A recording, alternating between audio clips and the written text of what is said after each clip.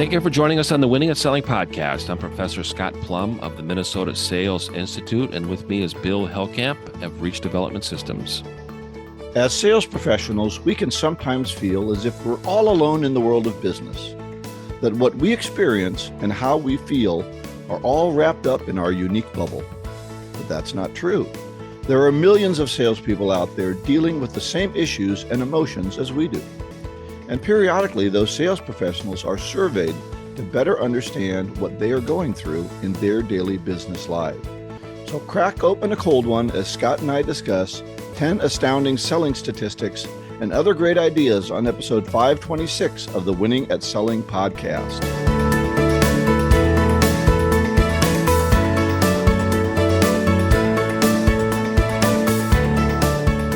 Appropriate as summer's coming to an end, we want to crack open a cold one. Doesn't matter what time of day it is. It's just celebrate summer here before Labor Day kicks in, and it's back to school and back to business. So it seems very appropriate. Hopefully we'll have enough time to cover 10 astounding sales statistics, selling statistics. That's a lot of stuff there. Yeah, but if not, we might break it up into 2 sessions. But before we get into the topic, let's talk about our book, How Clients Buy. We're going to cover chapters 8 and 9 today. And chapter 8 is the secret of selling, or the secret to selling is never say sell. Yeah, that title bugged me a little bit. So I'm curious to see what he had to say about that. Yeah, we're kind of picking up a tone a little bit in this book that maybe the salesperson or maybe the author is not a fan of salespeople. And I don't think that we should be hiding that we're salespeople. We should say we're salespeople, but we're going to talk about that a little bit later. Well, I think but I think his point may be, and we'll get into it more as you explain this, but the people he's talking to, his audience, are not pure full-time salespeople. Sure, that's a good They're point. what I would call rainmakers. They're people who are influencers in this consulting structure. They consult, they lead teams. But they're also expected to bring in business. So I think we have to understand that they're not quote unquote sales people full time. Sure, right. Business development or practice development is sometimes it's called too. Yeah. Well, we don't want to put selling. Right. Yeah, that's kind of what they talk about here. So this chapter talks about changing the focus from how salespeople sell to how clients buy. And I really love that. On page 91, they give you a nice overview of the process as to what we're going to be covering in the future chapters. So if you're following along at home, page 91 is going to be referred to a lot. It is founded on starting more conversations with potential prospects in your universe by asking great questions and listening for opportunities. And one of the strengths is empathy. And I really love empathy when it comes to sales. And that's one of my strengths when it comes to the 5 strengths that I have is empathy, which reinforces viewing a situation from the other person's perspective. And I think as salespeople, if we see something from a prospect's perspective, it gives us more relevance of the conversation and more questions to ask, and really leading and working with that prospect and uncovering the needs for them to be able to make a change or look at other options. I want to bring a point up here real quick, Scott, because I run into this empathy question, and a lot of people confuse it with sympathy. Right. And as you said, empathy is understanding what the other person is going through, but not necessarily agreeing with them. But with sympathy says, I feel sorry, I feel your feelings, and I agree with you. And when we feel sympathy, we're not going to push the sale forward because we're basically agreeing with the client. Oh, I don't have enough money. Okay, well then you'll live in this terrible situation forever because you're going to let money stop you from moving this project forward, right? So Be careful. Don't overwhelm yourself towards sympathy. But empathy is a great thing. Understanding what that person is going through, so then you can help them make a better decision. That's your job in sales. Right. Very good point. I always think of sympathy as similar, meaning you agree to the same thing or you've been through the same thing. Right. Empathy is understanding another person's perspective without going through it or agreeing with them. So really relevant, great point. Which, by the way, don't send a bouquet to a funeral that says my deepest empathies. Right. Yeah. That's the time to feel sympathy. But Right. Yeah. Self-awareness is a strength as well. that's right. So one of the things out of the book is that we need our clients in order to practice our profession. So keep that in mind. And I always think about this when it comes to sports teams. I mean, I look at two football teams and it just seems like they have great disdain for each other, but they need each other in order to have a game. Just like baseball, you can just see more of a collaboration in baseball because they need each other to be able to have a good game. And salespeople need prospects to be able to have a business. I think you're right, Scott. And I think this exemplifies what we just talked about. And that is these people aren't, they're selling to have work to do. They're not selling so that other people have work to do. Mm-hmm. Right. We need clients in Right. order to be able to practice our profession. That says, I do this because it's painful, but I have to do it, rather than I enjoy helping people make a quality decision. So I think you have to be careful about that switch, that I'm only doing this to get enough business to do the stuff I enjoy. Yeah. And that's getting into a little bit more of chapter 9. And we'll get into that. I just want to make one more point from chapter 8, and that they talk about design theory implores us to examine customer experiences and reverse engineer how to make the experience better. And this is the empathy strength. So if we can reverse engineer the situation, we can look at what solutions do we offer to be able to create a better outcome, and then work with the prospect to have empathy on the situation and relevance to our solution. We can make this situation and this experience better. So it's design theory is the term that they use in the book, and they've mentioned it a couple of times in this chapter. Yeah. And I think all of that is built to create more trust. Yeah, right. definitely. And when we talk about some of the things he talks about in chapter 9, that awareness, those are all meant to build trust. I can trust this person. They have the expertise to help me solve my problems. Yeah. Chapter 9 is element 1 around the diagram on page 91. And we're going to be getting into about 6 elements. So the first one is, I'm aware of you. What was the name of your firm again? It's like, well, we need, and this really gets into the first step of process of making people aware of you. And I'm aware of you and your company. This is the first job of marketing, is to let other people know then and be aware of you. And when we're calling and we're prospecting, we're making cold calls, the frequency is going to determine our commitment. And when we're demonstrating our commitment through the frequency of follow-up calls, we're making people aware of us. So that's our role as salespeople, is to be able to increase the frequency and make impressions that people feel like they're familiar with us. Yeah, I think that's what we try. I hope marketing does. I think too many salespeople rely on marketing to get them to the point where they're calling us and begging us to show them our product or service. Marketing is being done so that when you make that phone call, something clicks in that person's head that says, "Oh yeah, I'm aware of this company, and there's somebody that I want to talk to. They have some cachet out there in the marketplace."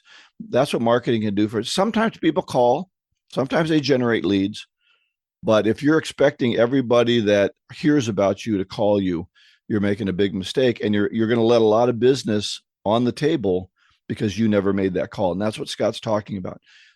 Some of it's going to be leads, but the majority of your business should be coming from you going out and making it happen. Right, definitely. There's always a battle between sales and marketing, and that's a whole nother episode. We might have even done an episode on it. I think we have.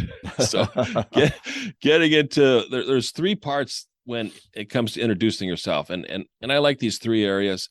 The first one is intentions matter. Listening and learning, let them know that is your intention. And here's where I get a little contradiction in what the author is saying, is never say sell, but the first step in introducing yourself is to be, your intentions matter. So what is my intention? My intention is to be able to have a conversation to find out if there's a fit for us to have another conversation to see if we can talk about a solution. And, sales is selling, which is serving. And if we're serving somebody, we're working on creating a better life for them. And if that's our intention, why would we want to make it a secret? I don't understand. I think what happens here is you have to remember who he used as examples of salespeople. The smarmy car dealer, bad insurance guy, People that are just trying to push their product on you and be product oriented. And we've met them at networking situations, Scott. Right, right. Hi, I'm Bill. Hey, I'm Larry. Let me tell you about what I do. And then what I do. And then you blah, blah, blah, blah, Yeah, blah, blah, blah, blah, and they don't shut yeah. up and they turn you off. And so you and I have learned, you go into those situations and you say, "Hey, Larry, tell me more about what you do." And they will. And Right, right. they Yeah, never turn the conversation back and, mention a couple of things and say, "Bill, tell me about your business." They just go off and you gave them permission. And then you say, "Okay, well, you're not the kind of person I want to deal with. So goodbye." So right. he's talking about having questions ready, not having descriptions ready, not Mm-hmm. having stories and testimonials. This isn't the time for it. This is Right. the time where you, as you say, you get to know each other, you feel each other out, you ask some questions. Do I like this person? Are they somebody that I might want to do business with in the future? And that's all built around intention. Yeah, that's a good point. There's a popular financial services company that it seems like every time I meet with one of them, they give me a sheet of paper with 20 names on it of people that they want me to introduce them to. And it's like, wait a minute here. Let's Right. talk about what you're going to talk about with me before I start giving you my network and introducing you to other people. Because if this is just the point of leveraging and not having any value, I don't know that I want to have that kind of That's relationship. right. And they're going to hand that same another list of 20 to the person you introduce them to. Yeah, So, yeah, exactly. all right, Number let's go two through these. We're is going to run out yeah, of yeah, time here. yeah. Values matter. Value of service is higher than the value of growth or firm's profit. And I think this really stresses your point, Bill, that you're making is value is impartial advice given to clients was more important than any commercial success or any commercial revenue bringing onto the company. So really being of value, delivering what you want to be known for, the reputation that you want to build, and really stressing the importance of the relationship. Number three is time matters. The highest priority is to serve, which begins with knowing those you want to serve and really knowing who is a perfect fit. And when you know who a perfect fit is, it makes it easier for you to reduce your sales cycle and increase your closing ratio and create more of a pure universe or a perfect fit universe where there's not a blended, mixed universe of people and prospects in it. And then lastly, the book talks about tactics that really work. The difficulty is not choosing the right tactic, it's having the discipline to stick with an approach that is the opportunity, an appropriate opportunity to serve those over time. So it's the commitment over time and the consistency of the tactics, but also keep in mind that this book was published in 2018, and there are some tactics that maybe are no longer as popular too. Or there are different ways of doing those. I thought this was very valuable because this has been a great part of how you and I have both built our businesses. Mm-hmm. Doing Yeah. presentations, writing articles, making yourself available to other organizations to present or to be an expert for them, volunteering our time. All these are ways to get known in the community, to be somebody that they can build trust and they know is going to be around. I think we talked a couple of weeks ago about being in an association like a chamber of commerce. I found I had to be in that chamber of commerce for about a year before they began to trust me. So these things don't happen overnight. And he gives some really good examples of doing that, hosting summits, attending conferences, those sorts of things. And those are starting to come back again. We had 2 years where if that's the way you did business, you had to find new ways of doing business if you're going to conferences. So I think these tactics are really good, but you don't use them all. You find ones that you enjoy. I thought also from a consulting standpoint, talking about 200 people you should know. Okay. You and I have talked about the world sometimes is too big. And if everybody is our customer, we never get them all surrounded. And so we're too busy shooting at the closest thing that happens. I Yeah. like this idea of 200, and maybe it's 300. He said, what the number doesn't really matter, but who are the people that are influencing the buying process of the things that you sell? Those are the people you need to get to know. Right. Right. That's great advice, Bill. So no book club next week. We're going to have a guest and we'll tell you who that is a little later in the show. All right. Excellent. Well, our main topic today, in addition to the book club, is 10 astounding selling statistics. And this is information that came from a group called the Sales Insight Lab. They interviewed over 400 salespeople to get these insights. and in some places to confirm what we already know. We know what we feel like as salespeople, and these can confirm what you're already feeling. What Scott and I want to discuss is what you can learn from these responses to sell better. Now, this survey was conducted in the spring of 2022, so that's just coming out of the COVID with all the changes that brought on. Before we go into that, though, let's hear from AJ Imholt, a financial advisor dedicated to salespeople. As a salesperson, you have enough to deal with. Prospects hang up on you, clients skip meetings, slow responses to your emails. It's enough to drive you bonkers. Fortunately, you can take control of your financial future. Your time is at a premium, and you want to focus on finding new clients and growing the customers you already have. So it's best to work with someone who takes the time to build an understanding of what you have on your plate. I'm AJ Imholt of Fortune Financial, and this is where I come in. As a financial advisor dedicated to salespeople, my goal is to help manage your portfolio so you can focus on what matters. Then, I'll take care of the boring details while you go out and crush your numbers. You can schedule a time to chat with me using the bookings link in the show notes. Good luck out there, and I'm looking forward to hearing from you. AJ Imholt is a registered representative and investment advisor representative of Security and Financial Services, Inc. Securities and investment advisory services offered through Security and Financial Services, Inc., member FINRA SIPC. North Star Resource Group is independently owned and operated. Fortune Financial is affiliated with North Star Resource Group and is independently owned and operated. Do you have some financial advisor needs? AJ is a great guy to talk to. Just go onto the show page for any of the shows that he sponsored, and you'll be able to hook up with him. So the first statistic, Scott, is at least 50% of your prospects are not a good fit for what you sell. Over 70% of the respondents said that 50% or fewer of their initial prospects turn out to be a good fit. Now, what I would question is, where are they getting their prospects from? Right. And are they trying to find people that are a good fit, or are they just talking to anybody that, fogs up a mirror? So finding out who are the people that you talk to, and really truthfully, I don't disagree with this. I think that's your first job in the first meeting. And maybe even in the phone call that you have with them. Right. You ask some qualifying questions.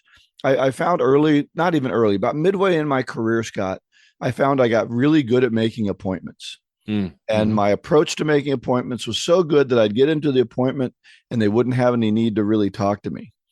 But they really I just got good at setting the appointment. So I started then to qualify people better in my phone call and had 2 or 3 questions to ask to see if we were even going to be a good match.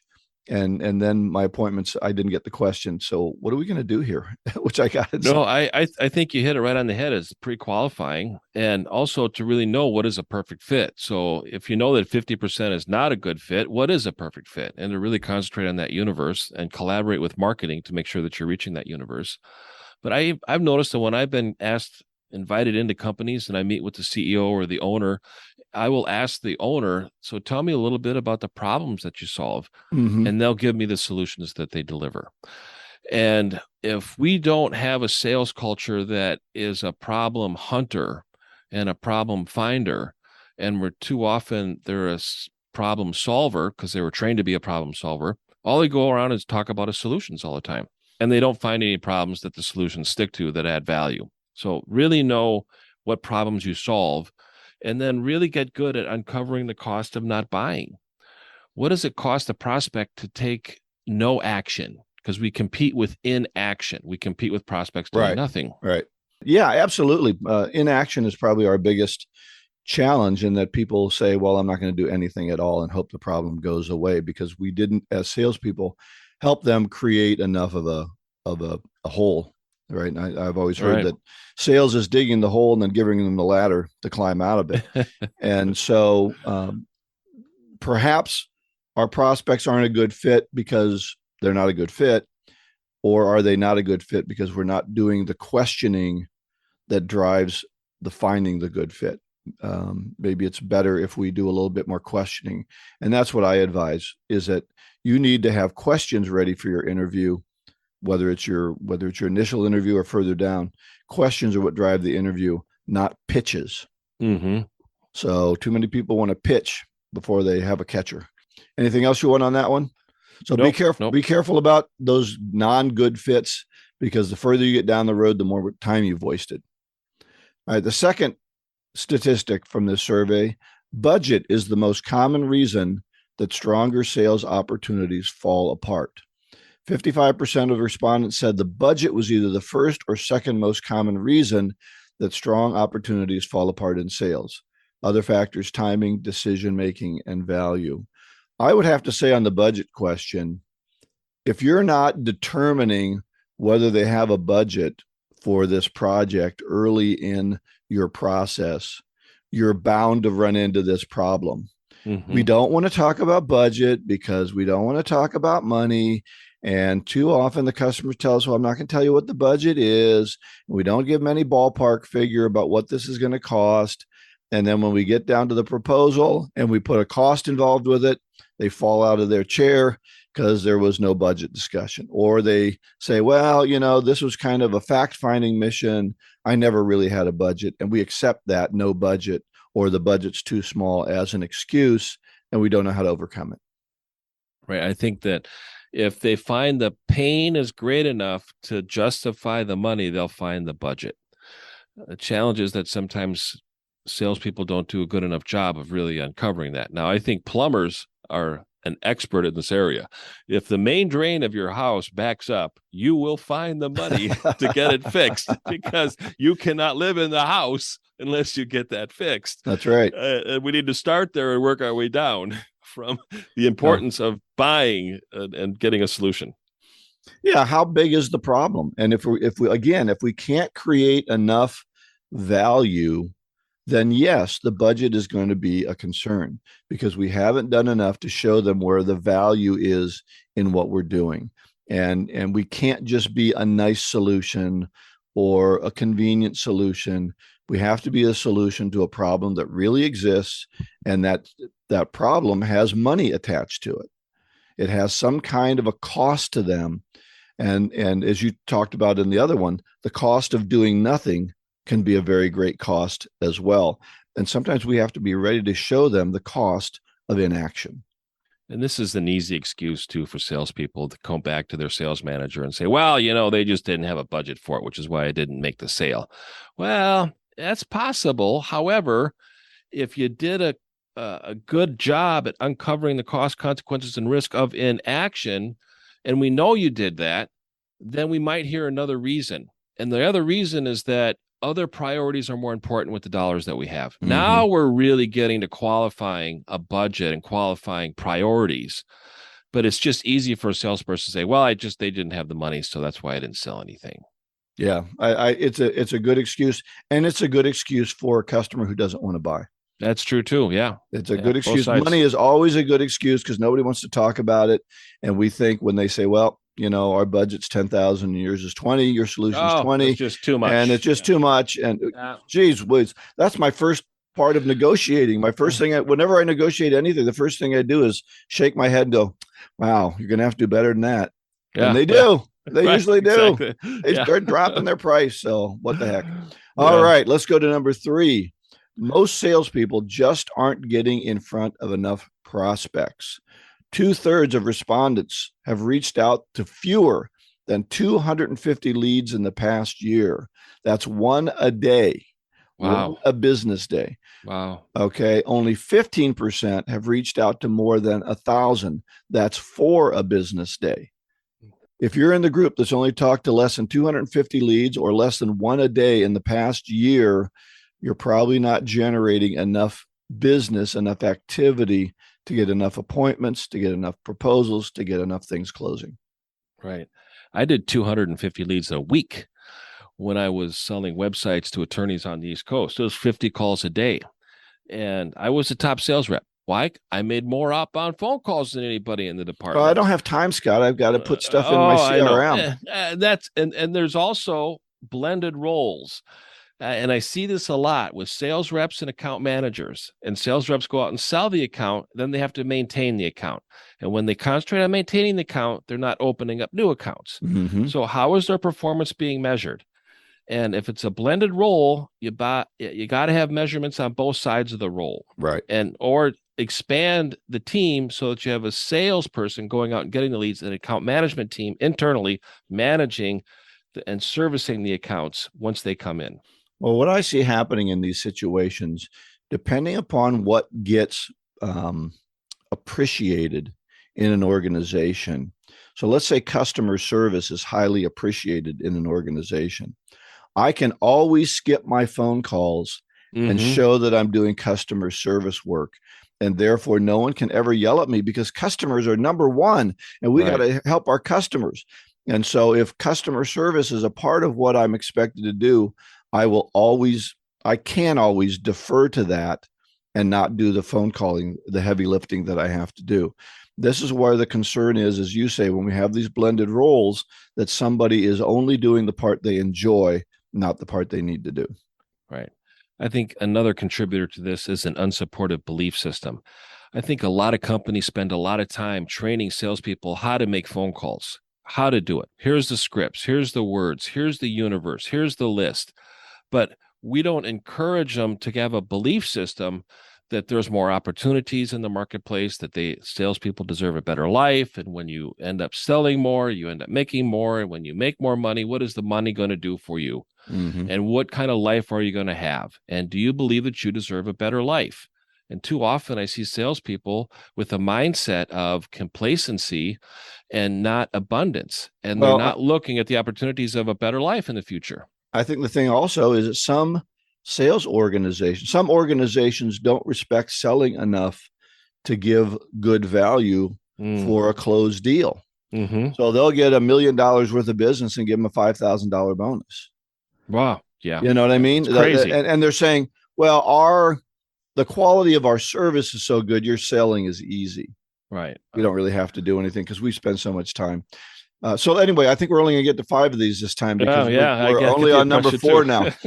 All right. Most companies are providing 1/4 of salesperson's leads.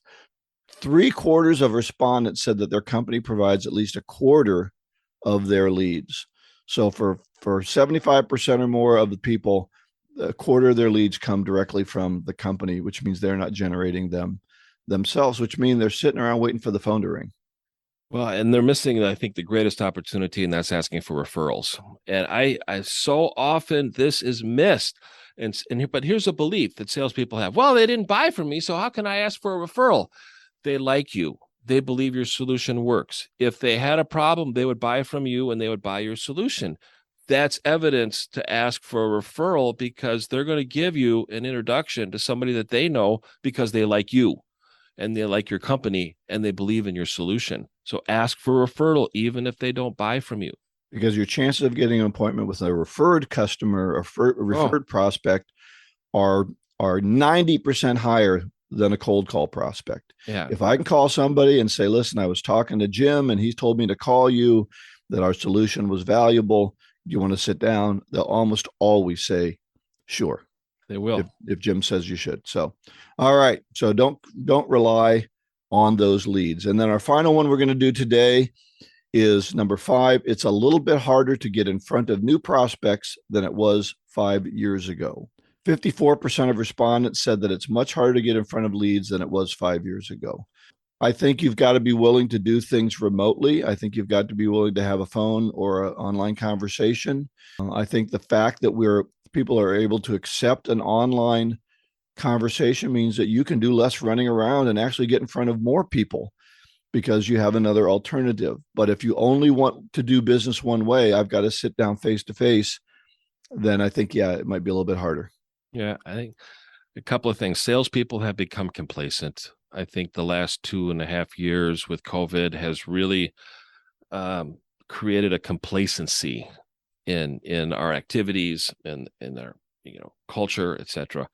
And also, I think that prospects have become desensitized to prospecting messages. I think there's a lot of machines that are making phone calls, so prospects aren't answering the phone. And if we leave a message that is enticing and creates curiosity and interest, and then we follow up, I think we're creating that commitment in persistence, and we're starting to work on dealing with the prospects being desensitized to everything else. How many salespeople have called, left one message, never called again? That's right. And the prospect is saying, well, if it's important, they'll call me back. Or the prospect is saying, if it's important, they'll call me back. And guess what? The salesperson never calls them back. Right. And so that they don't ever get that connection. So it must have not been important. Yeah. That's right. I think that we're not persistent enough. We're too busy to go on. Well, listen, we're only making 250 calls a year or less. Right. So we're not even trying that hard with the ones that we have.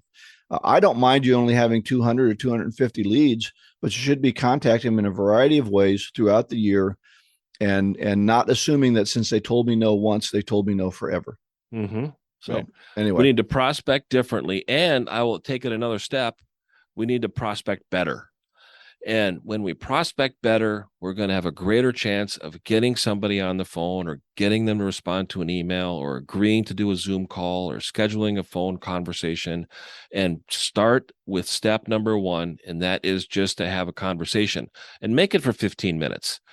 And when you make it for 15 minutes, if it goes long, it goes long. Great. If you need to cut it off and you need to schedule another call, then do that. But that's good. You got to get them in the sales cycle first by having a conversation or a response to an email. But get on the phone and have a conversation with them. And not a pitch. You're right. not telling them, you're having a conversation. It's not an interrogation, and it's not a pitch.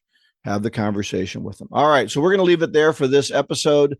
We'll pick it up again 2 episodes from now, where we'll do the last 5 of these. We'll get back into the book. But next week we have a guest. So Scott will talk about that later. I have a resource. It's a blog. It's called The Pain of Discipline, or The Pain of Regret. And we talk a lot about these issues that salespeople need to know about. So our golden nugget today: sales are contingent upon the attitude of the salesperson, not the attitude of the prospect, by W. Clement Stone, one of the greats of past years. Yeah. What do you think he means by that? I think it's really up to the salesperson to control the conversation, to take the lead. And when we're working with a prospect, for them to make a change, they have to feel confident, and we need to have credibility that they trust us to be able to advise what's the best solution for them. And when they do that, they follow our lead. So we need to be able to have a belief system and an attitude that we determine the outcome of a sales call based on our beliefs, our behavior, our techniques, and our attitude. Because we can control that, then we can do as best we can. Sometimes it fails. Sometimes the customer says no, but we control our attitude, how we deal with it during the appointment and after the appointment. So all of this information is going to be at winningatselling.com. So go there for the show notes and to get any of the links that we have. Next week, our guest is Brandon Bornanson. He is the CEO of Seamless.ai, and he will be talking about his best-selling book, Whatever It Takes, which offers a transparent and tough love approach to showing you exactly how to break bad habits and form empowering ones, fail forward to get better, and to sell more. He will share what he has learned and what you can do after you listen to the podcast.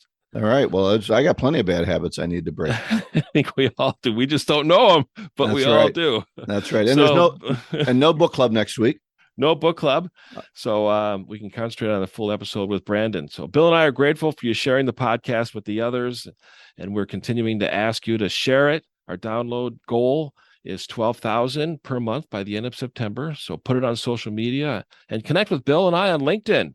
Go out and get better one skill at a time. Joyful selling.